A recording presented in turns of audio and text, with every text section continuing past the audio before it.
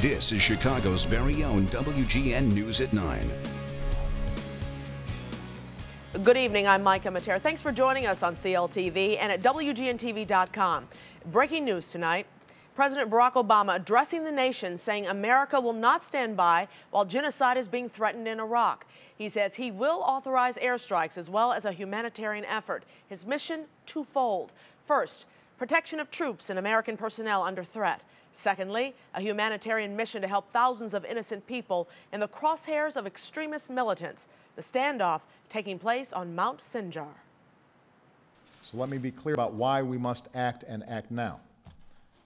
When we face a situation like we do on that mountain, with innocent people facing the prospect of violence on a horrific scale, when we have a mandate to help, in this case a request from the Iraqi government, and when we have the unique capabilities to help avert a massacre, then I believe the United States of America cannot turn a blind eye. The President went on to say that our country will not re-enter the war on a major scale. Food and water, other supplies are being dropped by military crews to help those that are reportedly sick and starving. Joining us now by phone is WGN-TV terrorism analyst Tom Makaitis. Hey, Tom, how are you? Hi, Micah. In your opinion, is this the right move by the president? Well, I think it's essential that we do something. It has all of the earmarks of what the first President Bush had to do in the aftermath of the Gulf War when he created a no-fly zone in the north to protect Kurds who were being victimized by Saddam. So I suspect something like that, it is probably the best we can hope for at this point.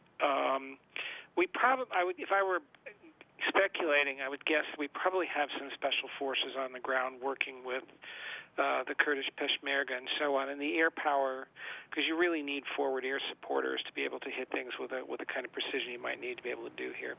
That this might just be the leaven and the backbone they need to be able to stabilize the situation. He went on to say we're not getting into a full combat war, though. I think he's absolutely right. I mean, the American public will not stand for that. We can't afford that. It would be worse than the situation we got into in 2004, 2005. Here we'd have to go into a disintegrating country and try to reverse a deteriorating situation. I think what we're looking at is the breakup of Iraq, something I wrote about it back in 2007. By 2011 it looked like it might be averted, but now it's turning out that that's probably what's happening. All right, terrorism analyst Tom Makaitis, thanks so much for joining us. Okay, thank you. We'll have more on this breaking story, of course, on our news after the game on WGN.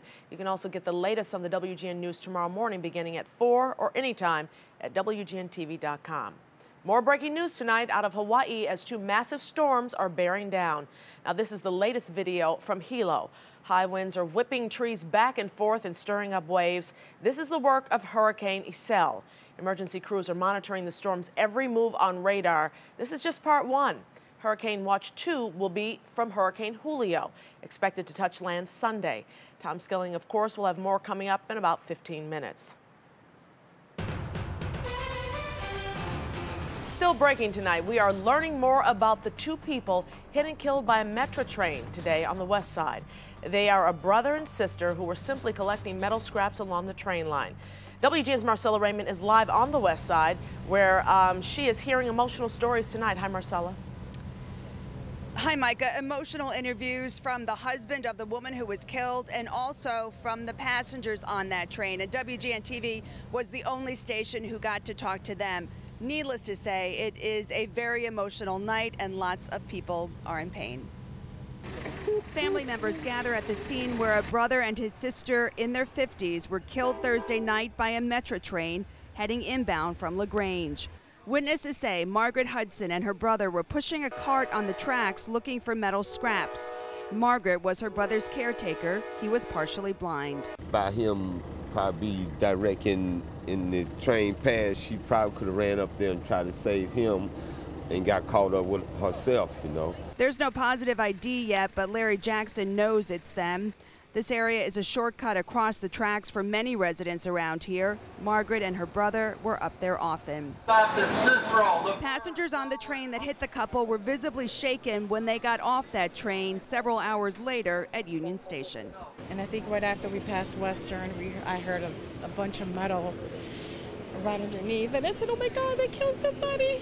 Just to know that somebody just got killed on the train you were on. It's terrible. Oh, I felt like throwing up after I heard it, so it was gut-wrenching. Yeah, gut-wrenching to say the least. Autopsies will be done tomorrow. Larry Jackson and Margaret Hudson were married 24 years. I'm live in North Lawndale. Marcella Raymond, WGN News. Thanks, Marcella. New tonight, another attack on a woman in South suburban Midlothian. The third time this has happened in just the past 2 weeks. WGN's Eric Rung has talked with victims' families tonight, and he is live in Midlothian with the very latest. Eric. Good evening, Micah. Police out here didn't want to talk about these attacks, at least to us today. However, the family members of the victims certainly did. They want to alert people what's going on out here, and they also want to get this guy off the streets. For the most part, people who live in Midlothian say their South suburban town is a quiet one when it comes to crime. It's unfortunate we never had any problem like this in Midlothian. Now police are investigating the assault and robberies of 3 women. Eddie Semanis' 22-year-old daughter, Stephanie Lopez, was attacked on July 29th on her way home from the Metro train. She's got 2 jobs and is going to school. She lost her purse and is recovering from her injuries. She's a tough one. She's not letting us get her down. She's back at work. She's really alert to her surroundings now. When the train station came up and we seen the similarities between everything, it was kind of eerie. Ray Blackmore's daughter had her nose broken 2 places. She was attacked at her home on July 18th with her 7-month-old child in her arms. Dragged her back to the car. He made her put the baby down, and then he, proceeded to rob her, and he beat her. He hit her like 4 times. All of the victims' families pretty much explain how the attacks happened the same way. This guy wearing a black mask comes up behind their daughters, and in 2 of the attacks, he hit them repeatedly. In the last attack, he held a gun to the girl's head. Luckily, her father heard her, and he ran outside, and the guy ran off. That attack happened just a few days ago in the driveway of the girl's home. Her parents didn't want to go on camera or show their home because she's just a teenager. They did echo what the other victims' family members told me. They want this guy caught. We've been on high alert ever since. Everybody's been, keeping an eye out late at night, listening. All of the families do tell me they are happy with the way the police are investigating these attacks. However, they're wondering why there hasn't been some sort of community alert issued just to let people know that this guy is out there, and so they can also take precautions. We are live in the south suburbs tonight. I'm Eric Rung, WGN News. Thank you, Eric. An early morning drug bust on the west side pulled in more than 30 gang members, including one high-ranking member of the Gangster Disciples. Authorities describe 55-year-old Johnny Herndon as the patriarch of a Gangster Disciple faction. They allege he ran 2 lucrative open-air drug spots in West Garfield Park. Authorities say today's arrests were a matter of getting the right criminals at the right time. Yesterday, it was operational. Today, it is gone. So now our plan is to hold on to that territory, break the cycle of demand, organize that community and clean it up, and slowly but surely back out. Authorities confiscated drugs and 16 guns. Now, our weather, very San Diego-like these past few days. Tom Skilling, will it continue? Yes, it will, Micah. We've got stronger winds blowing in from the east. That'll churn the lake a little bit the next couple of days, but keep the temperatures very pleasant. And do you know they've just upgraded the strength of Hurricane Iselle, whose outer bands are now moving into the big island of Hawaii. We'll have more on that storm, the first hurricane to affect those islands in 22 years, coming up. Stay with us. All right, thank you, Tom. You bet. Also ahead, a mother suing Chicago police for what she claims they did to her 10-year-old son.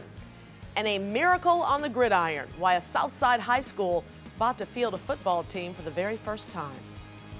You're watching Chicago's very own WGN News with Micah Mater, Mark Sapelsa, Tom Skilling, and Dan Roan. This is WGN News at 9.